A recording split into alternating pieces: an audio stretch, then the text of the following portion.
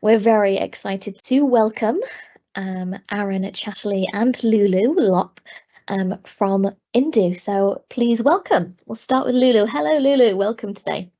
Hi guys, super excited to talk to you all today. I'm Lulu, head of community at Indu. I'll be popping off while Aaron does his thing and then coming back at the end to answer any questions. But yeah, great to be here.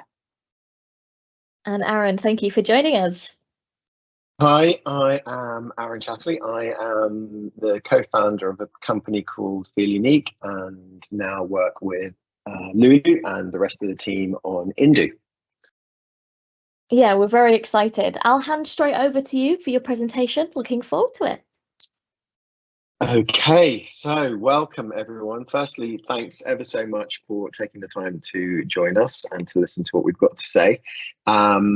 As I said earlier, I am Aaron Chatterley and I founded a business called Feelunique about 16 years ago. This is the point where when we do this presentation in real life, I get the opportunity to ask for hands up if anybody's ever heard of the business. And I guess the great thing is now that I don't have to suffer the humiliation of seeing a load of hands stay down. But hopefully you'll get a better grip of what it was and what and why and how we built it and why we sold it and moved on to the next thing from the slides that I'm going to show you. So again, thanks ever so much for taking the time to listen, and let's move on. So yes, I'm Aaron and I founded Feelunique and Indu. I was not a kind of typical entrepreneur. I left school at 17, halfway through my A-levels. I'm not certainly not a proponent of leaving school early and not going to college and doing all those wonderful things, but in my case, it was kind of what worked out best for me. So when I was at school, my overriding ambition was to be a professional musician. And when I first left school, I spent a lot of time as a part-time drummer and played in various bands in London and in Jersey where I lived. But obviously it wasn't enough to pay the bills, and eventually I had to get a real job. And one of my interests at the time was in IT. And I became a computer programmer pretty early on and did that for a while. It wasn't really for me. It was great, and decent money. I did enjoy it, but I was a bit more outgoing than that and wanted something where I could spend a bit more time doing more kind of interesting things. I found it quite difficult spending my time sitting behind a screen all day long. It wasn't really my thing. So I spent the next sort of 4 or 5 years doing various jobs. I'd moved to London. I was a dispatch rider, a motorcycle courier. I was a part-time taxi driver. I did a whole bunch of stuff, but I all with the aspiration of hopefully sort of making it in the music industry, because I was still playing the drums quite a lot at that point in time. And I kind of set myself this goal that if I got to the age of 25 and I wasn't going to make it as a professional musician, that I should get a bit more serious and try and find a career that would sort of see me through, because I knew lots and lots of musicians at the time who were amazing, but had yet to kind of crack it. And, they were sort of 25, 30, 35 years old and still trying to make it in the music business. And the music business can be quite brutal, and often people can fall upwards that don't necessarily have the most talent, and often some of the most talented people don't get that lucky break. So there was a really, for me, it was a kind of high risk industry to hopefully break into. And during that time, I'd started to work part-time in a marketing role for a big telecoms company. And I got to the point where I was 25 and I decided that I was going to stick to my guns and get a proper job. And about that time, the company that I was working for, which was a big organization called Cable and Wireless, offered me a full-time job. I'd been working sort of part-time with them for probably about a year in the marketing team, as I said, and they offered me a full-time job in the very, very early days of what was their internet marketing team in the late 90s. And I spent 5 years with them in London, sort of worked my way up to some fairly senior positions in marketing in the very, very early days of when the World Wide Web was just starting to come through in the late 90s, before any of you were born. In fact, long before any of you were born.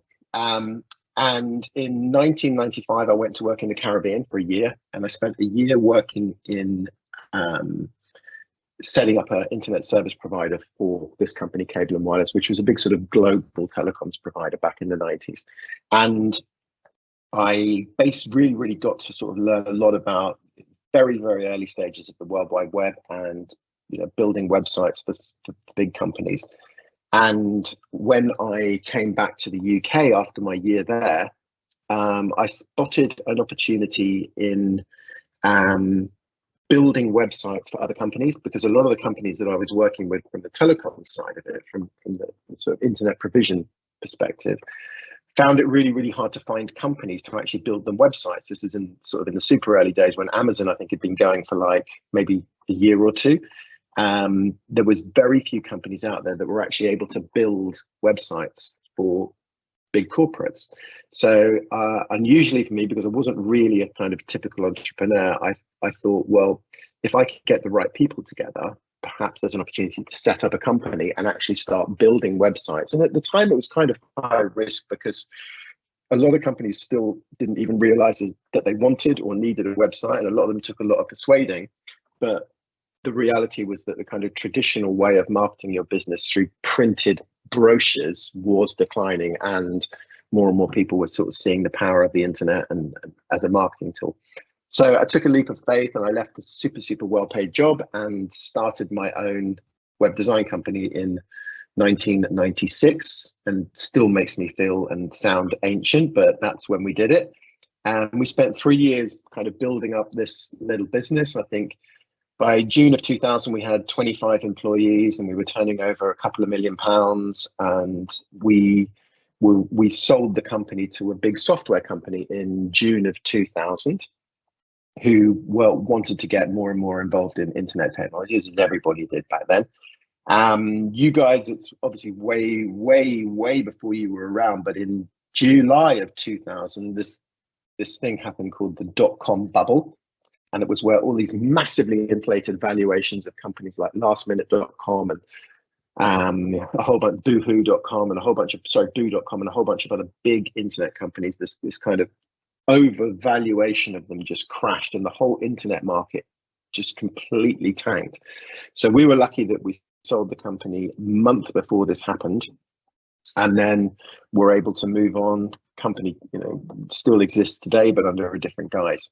So 4 years later, having sold that company, in April of 2005, I was talking to my co-founder of both Feelunique and now the business that we're working on then, about doing something else. And when I sold the first company, often when you sell a business, you have these really onerous legal contracts that are called a non-compete, which means as part of the benefit of them paying you for your business, you're not allowed to start another company in a similar field for a fixed period. And in this case, it was a 4-year fixed period.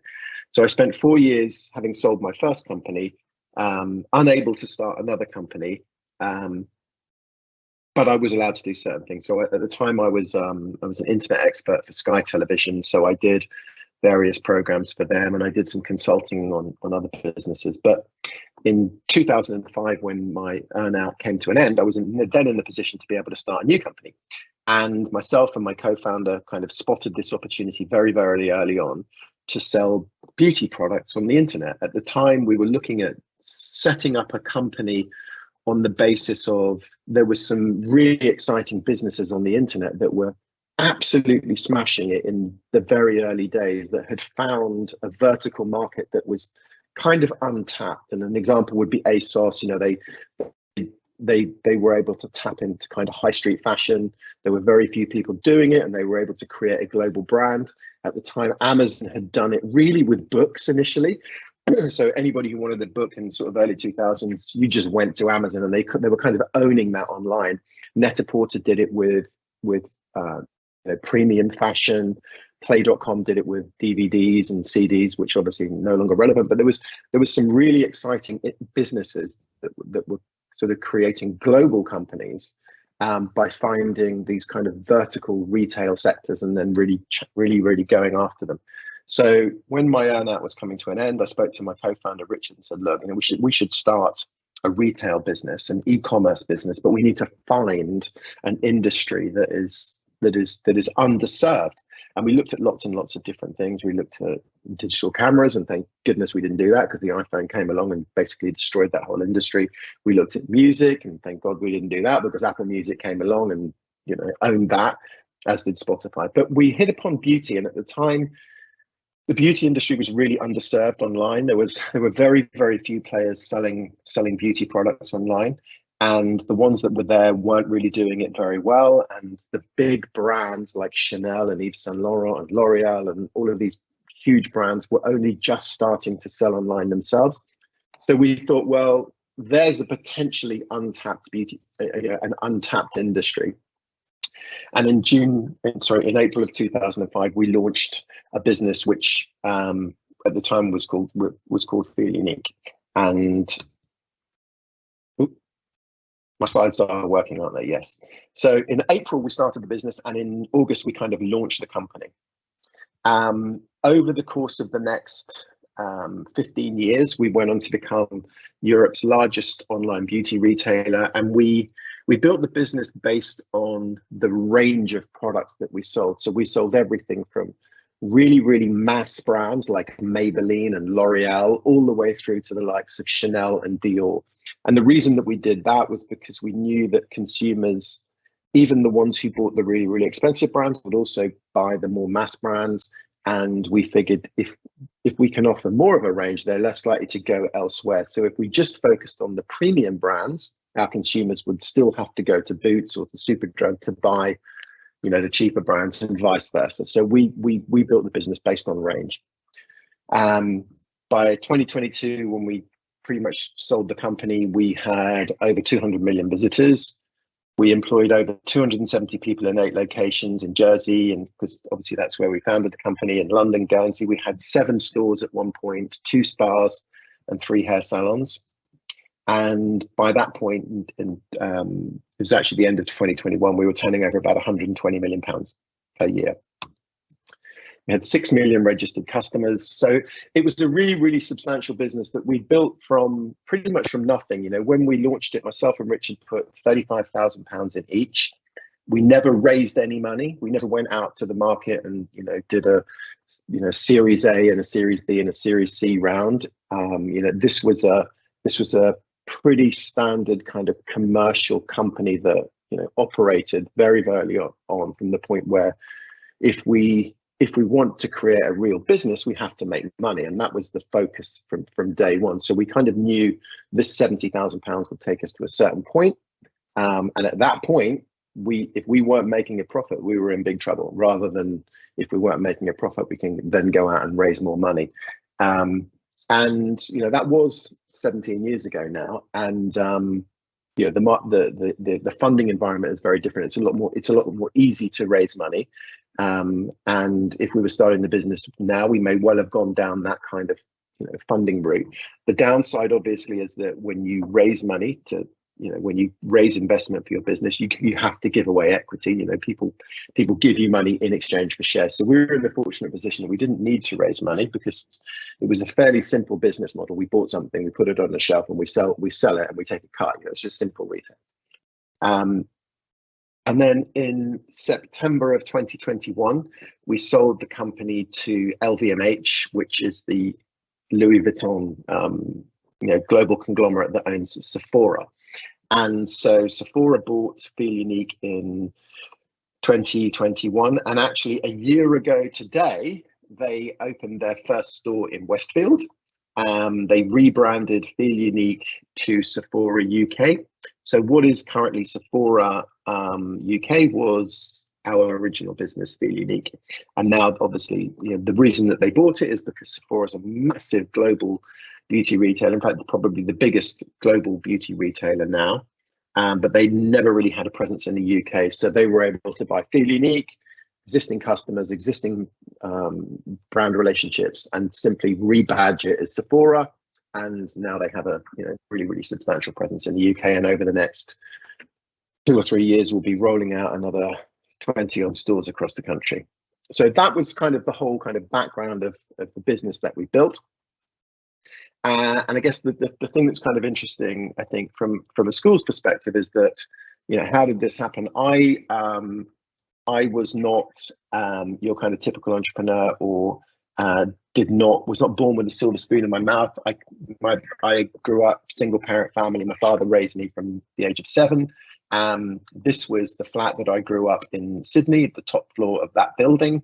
My mother's Australian, my father is British, and I grew up in Sydney. So very, very humble beginnings. You know, I didn't, you know, my father unfortunately wasn't really able to afford to send me to university, which is why I ended up kind of bailing out at A level. And like I say, at every school tour that we do, I would not abdicate avoiding university if it's something that you've got on your horizons. I've got twin teenage daughters myself, and you know, I wouldn't force them to go through further education, but I really hope that they take that opportunity. So I came from very, very simple background. The thing that kind of turns it for me as an entrepreneur around that kind of opportunity cost is I was not, like I said, I was not the kid at school that was, you know, buying sweets, putting them in a bag and then selling them and making money, or finding other ingenious ways to make money. I was never that kind of typical Dragon's Den entrepreneur, if you like. For me, it was kind of like, every so often being somebody who's kind of creative around always trying to think or spotting ways of doing things better.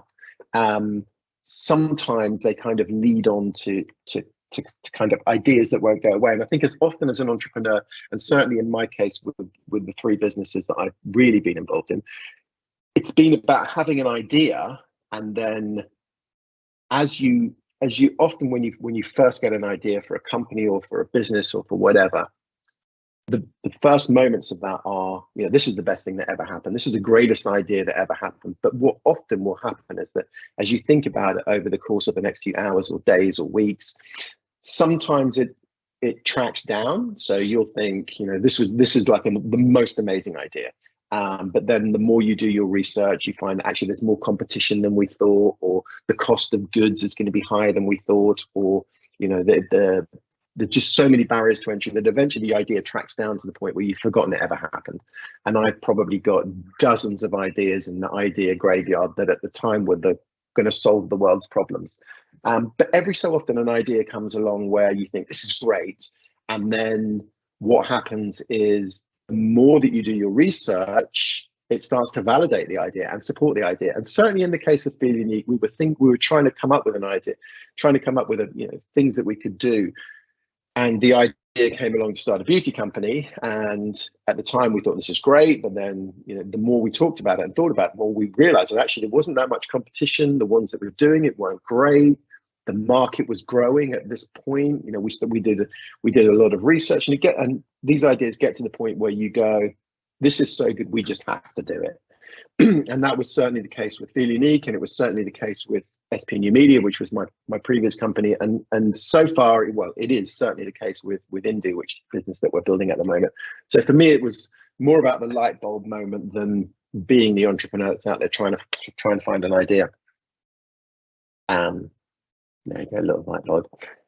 So when you have that idea, obviously you need, you know, as an entrepreneur, you need to be practical about it. You can't just go like a bull in a china shop and go out and do it. And there are some kind of simple business practices that you can take advantage of or should be considering as you move forward. The first is research. So once we'd spent, you know, a couple of weeks, if we use Feelunique as an example, once we spent a few weeks talking between us and you know, building ourselves up to the point where we thought this is so great, we've got to do it. The first thing is, you know, we spent the next couple of months really, really deeply researching the market. Who else is out there? You know, what are they doing? What are their plans? Where are they good? Where are they weak? Where are, you know, the competitors? Researching the products. How are we going to get product? What products do we want? What are the brands that we want? What technology do we need in place? And at the time, you know, it's kind of pretty straightforward. It was, we need a website, we need an e-commerce platform, we need a payment processing system to manage credit cards, and then, you know, in terms of business processes, you know, what do we need? Well, we're going to need bank accounts, we're going to need to register the company. This big piece of research goes on in the background. It's the kind of the first steps. The next one is this conviction in the market and product fit. So it's, yes, we know there's a market for it because we've done our research. Now we need to make sure that our consumers would buy those products online. So that was kind of going out and talking to potential consumers saying, if we had this website, would you buy your moisturizer and your shampoo and etc. And talking to a huge wide variety of potential consumers about trying to establish that market product fit. And even if you're building a car, it's like, are you building a car that your consumers want? Because it might be the greatest car in the world, but if your consumers aren't going to buy it, then don't build it, because it's a pointless exercise. Get advice, and for us that meant talking to potential mentors, talking to people who'd done it in similar industries. So reaching out to people, some people at Amazon we spoke to, and speaking to lawyers. What do we need in terms of making sure that we comply with this? Speaking to some of the brand owners in the beauty industry, would you sell us your products? Just making sure that we tap into all this advice that is out there. And the reality is, people do want to help. They do want to give you advice. So I would never be afraid, if you're ever thinking about starting a business, in reaching out to people that have done it before, or people that you admire, or people that you think can add some value, because you'd be surprised at how helpful people are. And then a business plan. And for me, as somebody who is really not detail oriented, and somebody who's not great at kind of actually detail and planning, it's still a critical thing. Document what it is you're going to do, how you're going to do it, what your expectations are. And again, there are many resources to download, business plan templates off the internet, or there are grants and advisory services that can help you work through that. But it's certainly something that you do need, because you do need something which kind of gives you some tram lines as you work forward. And then the biggest and the hardest step, believe it or not, is the execution, the Nike just do it, because it's all too often to have great ideas, to do a lot of work, but actually often the first step is the hardest one. And I get that sometimes it's financial. It certainly was for us. We took a huge leap, putting our money into something, giving up jobs, and then actually going, right, we're going to try this. And it's not easy, unless you're in a fortunate position where you've got huge amounts of financial resource where you can afford to take that risk. For most of us, that's not the case. So often that kind of execution thing is one of the biggest challenges. What makes an entrepreneur? I'm just going to whiz through this because I am conscious of time, and I know that there are quite a few questions. I think it's somebody who spots an opportunity, and for me, it was more about spotting the opportunity rather than seeking them out. But I think somebody who's consciously looking for ideas and ways to make things better, or to start things new. Be passionate. I think, when you're out there, whatever your business is, whatever your aspirations are, you're going to be selling. You're going to be in selling mode. You're going to be selling to consumers. You're going to be selling to suppliers. You're going to be selling to investors. And it's very, very difficult to sell something if you don't believe in it, and if you're not passionate about it. And if you are passionate about it and you do believe in it, you're going to bring people along for the ride. And I think a lot of the most successful entrepreneurs are certainly very, very passionate about what they do. For the same reason, being positive, there are going to be dark times with any business where you've got to drag your team along with you through the dark times. And, people don't follow pessimistic leaders. It just doesn't happen. And, most entrepreneurs at some point, you do need to lead, and you do need to maintain that positivity. You need to be determined for every reason, because you will face challenges. You need to be action oriented. You need to be that person who goes, right, the first step, we need to take that first step. We need to get this done. We need to move. I think all good entrepreneurs are very focused on making things happen. You need to be able to see the big picture, because what we're focusing on today, is certainly in the brand that we're building today. We're building a new beauty brand for teenagers, but the objective is to create a global business, and it's the job of the founders and the management team to constantly have an eye on that, because every decision that we take today will have an impact on what we can do with the business further down the line. And you need to be a people person.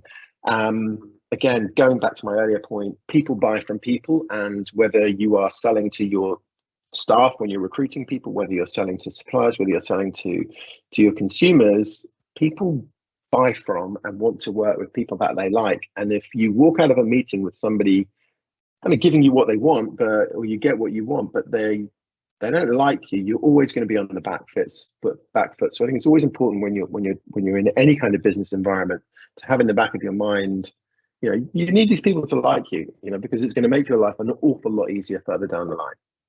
And as much as my wife would hate me putting this one down, she can't hear, you need to be a risk taker, because I think any time when you're stepping into this kind of unknown abyss of starting something completely new and, you know, taking an investment and often other people's money and often your own, you know, there is a degree of risk. You know, nothing is guaranteed. The world's greatest ideas have fallen by the wayside because somebody came along and did it differently. You know, we're littered with technologies where actually there was a better version, but this was the one that marketed better and built. So there is always a risk, even with the most brilliant ideas.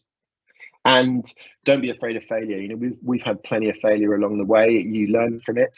You don't I certainly don't welcome it and I don't enjoy it, but it's part of the process and it's, you know, it's going to happen. And I think, you know, kind of goes hand in hand with risk appetite. If you are too scared of failure, you will never take the risk. And you do need to be a financial thinker. You do need to understand the basics of business and profit and loss and balance sheets and those things, as much as I hate it. Unfortunately, I've got a co-founder who is much more of a financial thinker than me, but I do still need an awareness of it and the what's and whys and wherefores. So for me, this is pretty quick. Why do I do it? I don't have to wear a suit. You can't see this, but I'm actually sitting here in shorts and a t-shirt, and I get to choose what I wear to work every day. Every day is different. Yeah, there is literally, as an entrepreneur, and especially when you're building a business, no 2 days are the same. And for me, that was really, you know, that's really important. Some people are amazing at, you know, doing jobs where there is a lot more repetition, whether it's working in a bank or working wherever or as a lawyer. But for me, you know, we're all different and we all have different needs. So that, for me, is pretty important.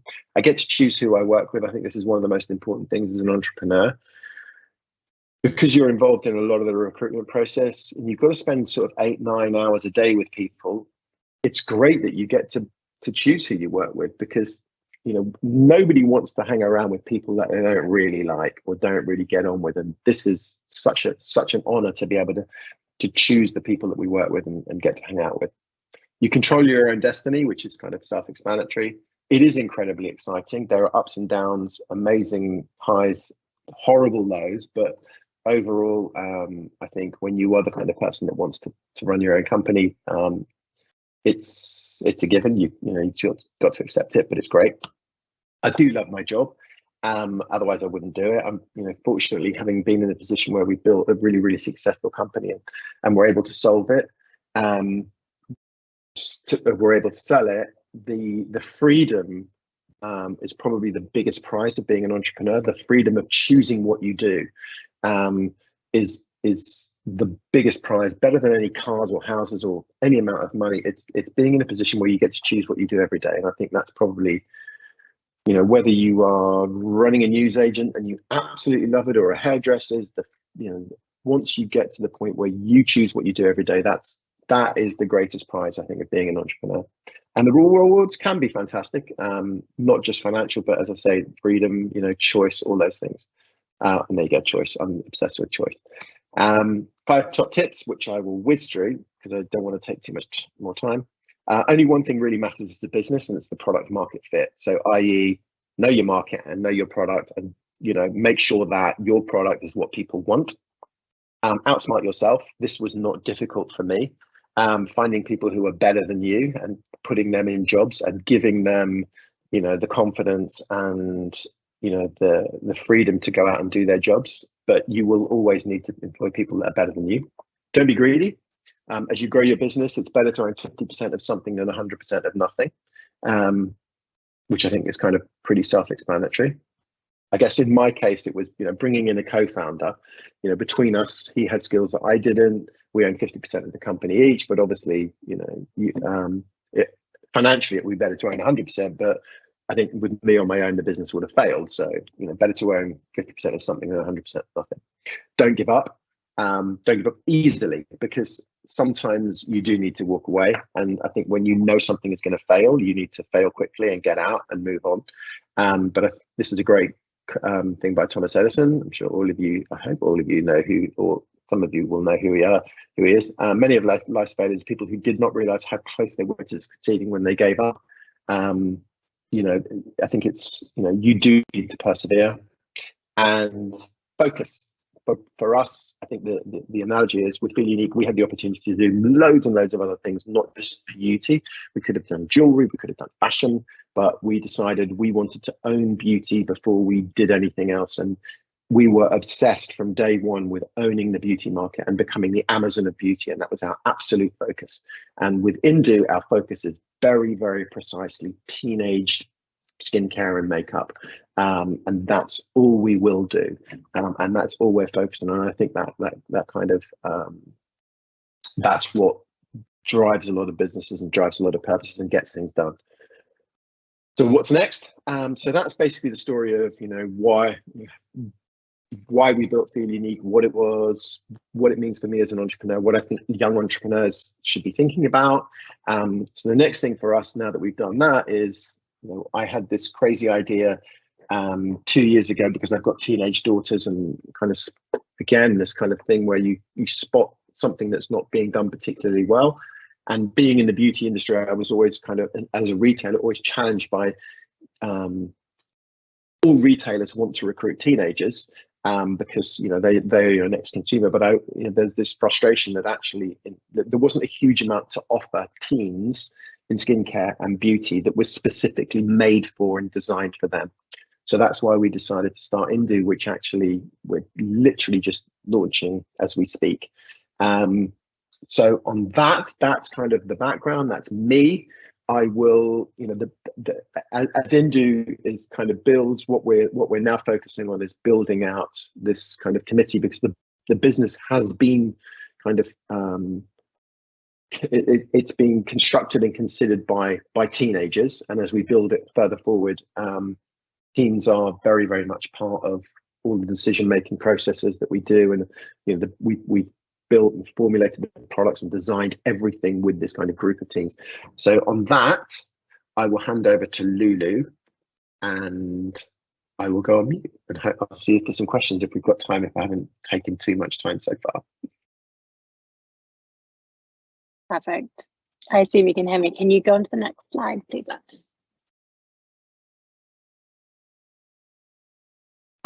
Yeah, so again, super quickly, because I know there's probably lots of questions, but as Aaron alluded to, we have at the heart of everything that we've done Indu a committee of nearly 150 teenagers who, from 13, 17, literally from day one of, as Aaron said, his first idea with his daughters and their friends kind of coming along as well. Yeah, they've been involved with every single decision, literally tried every product, told us when they're awful and told us when they love them. And yeah, it's been a huge kind of co-creation with them. We really want this to be a really authentic, collaborative brand that teens have been really involved in and genuinely love, and isn't just us kind of dictating what that should be. So yeah, from naming all the products, testing all the products, photo shoots, content, naming the products, everything. Yeah, they really are co-owners of this. We are just executing their vision. So yeah, if you wanted to get involved, there's a QR code which you can scan here. Hopefully that all works okay. There's a very short application process, but yeah, we're growing this still to be a living, breathing thing beyond launch as well. And then as well as that, we have on the next slide pop up next week. So yeah, kind of all the crazy nights and all the kind of last minute things we're doing currently is all for our big launch party happening next week. So all teenagers welcome. It's in London, Covent Garden. There's going to be some influencer surprise guests. It's from the Wednesday to Saturday. And again, if you wanted to check that out and get involved and see kind of the culmination of everything Aaron's just talked about and the committee's work as well, then you can scan that and check out the guest list. But yeah, that's that. It sounds very exciting. Thank you both for Well, our through presentation and for you talking about the pop-up and the team committee, it's very interesting, and we do have lots of questions. So I'm going to dive straight in, and you can kind of choose who answers what and let me know who you think is better suited. Our first question, it comes from Western College Sixth Form, and they have asked, what advice would you have for young people from BAME backgrounds? So that's Black, Asian, or ethnic minority backgrounds, or other underrepresented groups who want to start a business. So I take it? Yeah. Okay. I don't think that should.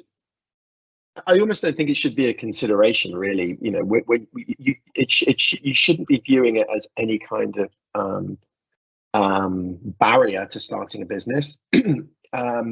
I think the opportunities that are out there, especially in this country, you know, are far and wide. I think there are lots and lots of grants that are available to people from all backgrounds. I've got, you know, obviously having founded a business, you know, I've got you know, a network of friends and colleagues who founded, you know, all sorts of businesses from all sorts of backgrounds, including, you know,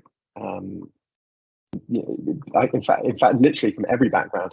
There are specific venture funds that do offer funding to minority groups, and there are also venture funds that offer funding to females, because obviously historically there have been a lot more middle class kind of white founders out there.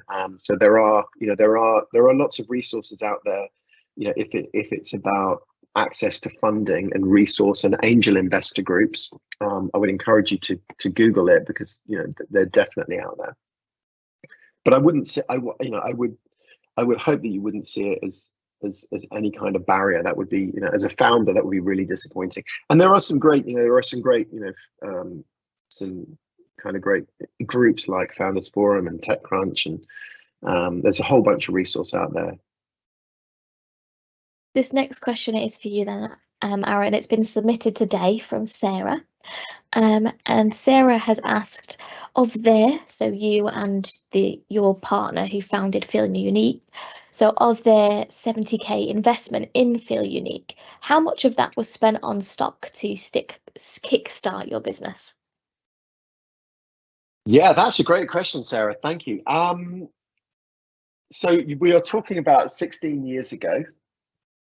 And yeah, so actually, do you know what? Very little. And I know that for certain because we had this insane business model back then. The bulk of the £70,000 went, you know, we spent some on office space. We had very, very modest, cheap offices. We spent some on, you know, the legals of setting up a company, building the bulk of that 70,000 actually went on building the website. We probably spent at the time no more than £3,000 or £4,000 on stock. Now that sounds insane, because we started with, you know, several hundred brands, but what we were able to do is we were able to find a supplier where we didn't have to buy the stock. So we basically found all the brands that we wanted through these independent suppliers, kind of grey market, if you like. We got all their price lists and we listed every product, you know, Chanel and Dior and Lancome and all these different products. We listed them all out on our website, but we had no stock.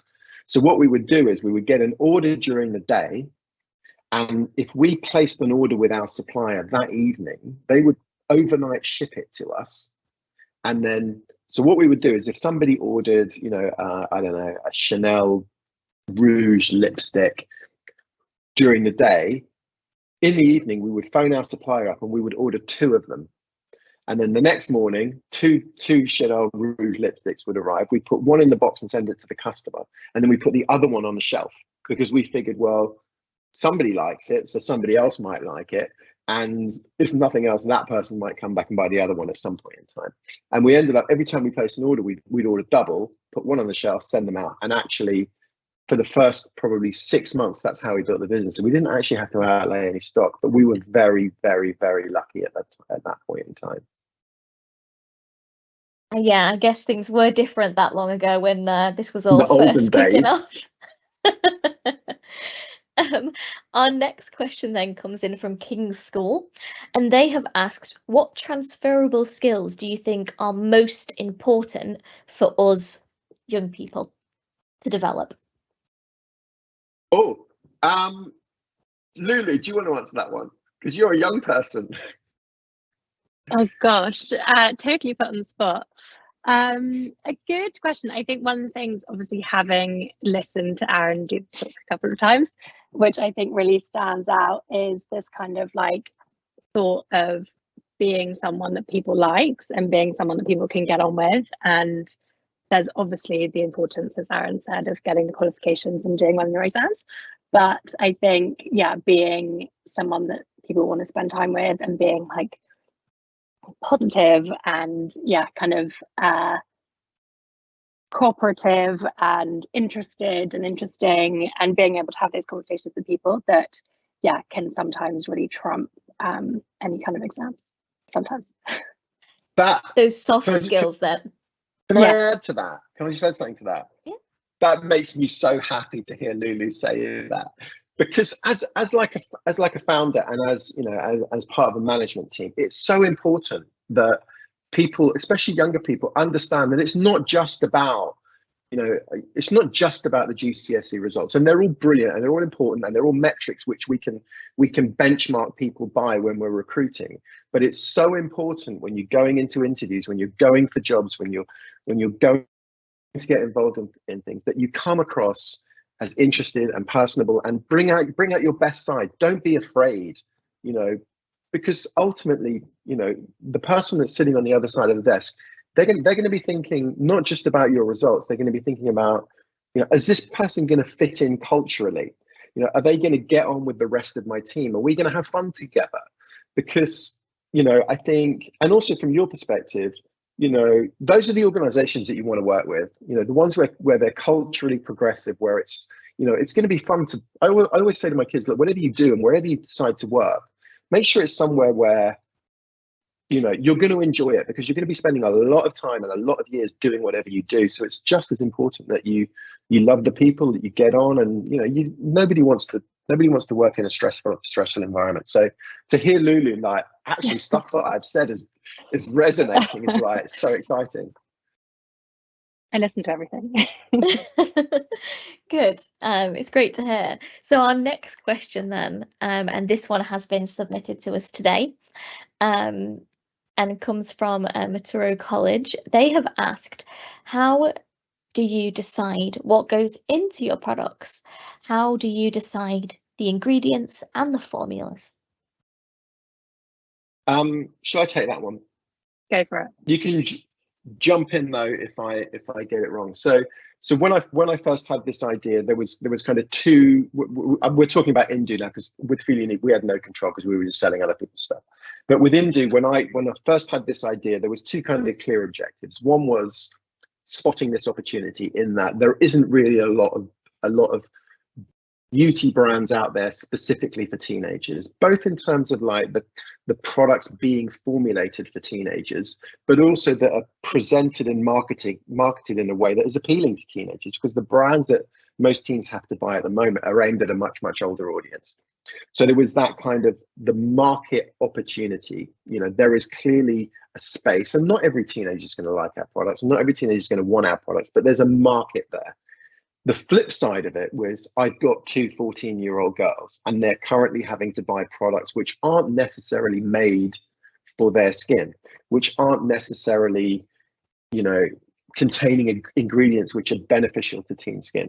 So we came at it very much from the proposition, we've got this opportunity, and also personally, I'm challenged about what are my kids putting on their skin at the moment, and why and when. So when we decided to move forward, we went to the people. So we have we're fortunate, we've got a whole great bunch of advisors.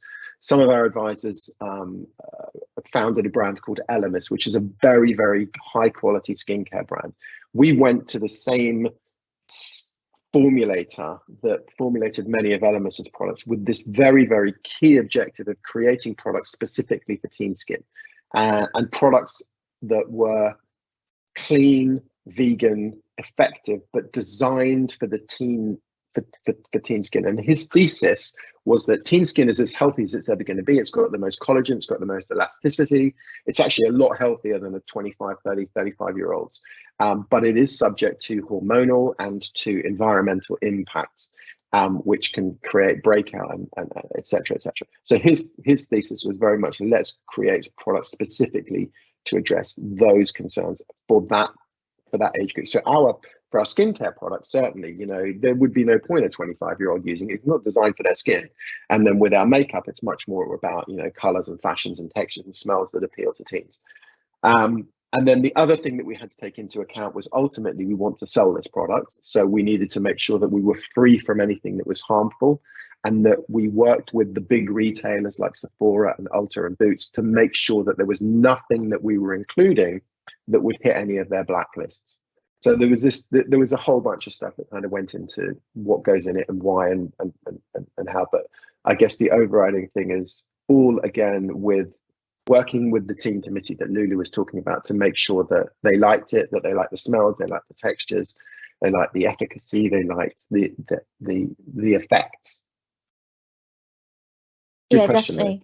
Really, really good question, and really interesting answer.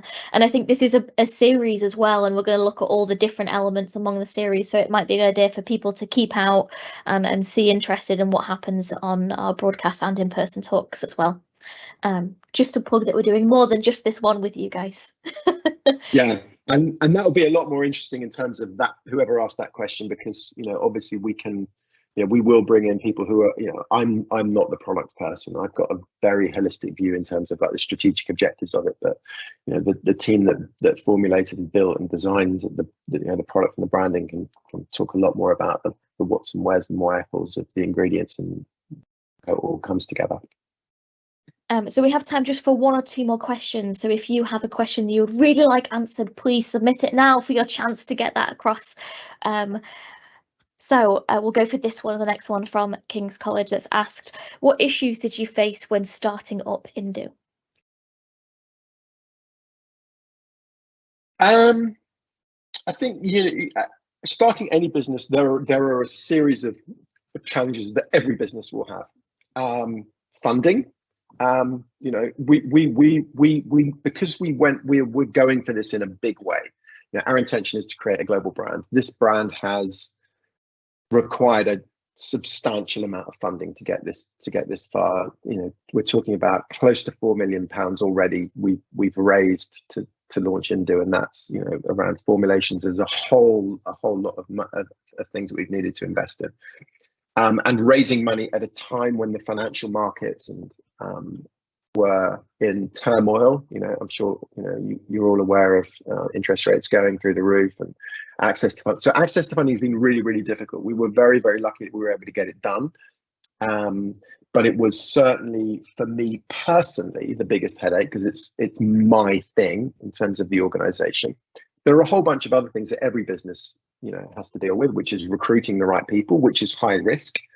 You never really know when you're recruiting somebody as to it takes a few months for them to settle in, for you to settle in, for the working relationship. So when you're a startup and you can't really afford to fail, to have too many failures in terms of whether it's recruitment or whatever, it's higher risk and it's higher pressure. So finding the right people to do what we needed to get done was a big challenge. And I think we've been quite lucky that because we had built a successful business in the past, we kind of had a track record. So we were able to recruit good investors and good advisors, and I think to attract some really, really talented people into the team. And we started the business 2 years ago, although we only actually launched this week. And we've not yet lost an employee. And the oldest one, somebody started 2 years ago, and she's still there. But the biggest challenge at the moment, I think, with any company is probably access to funding. All right, finally then, our final question before we look to end today's session comes from Leeds West Academy, and they have asked, what was your marketing strategy for Indu? Our marketing strategy. So the headline is we're a team brand. So everything that we do is team first. It's all about, our objective is to create, a cool brand that teenagers want. The flip side of it is, a lot of our audience are, obviously sort of 13 to 18.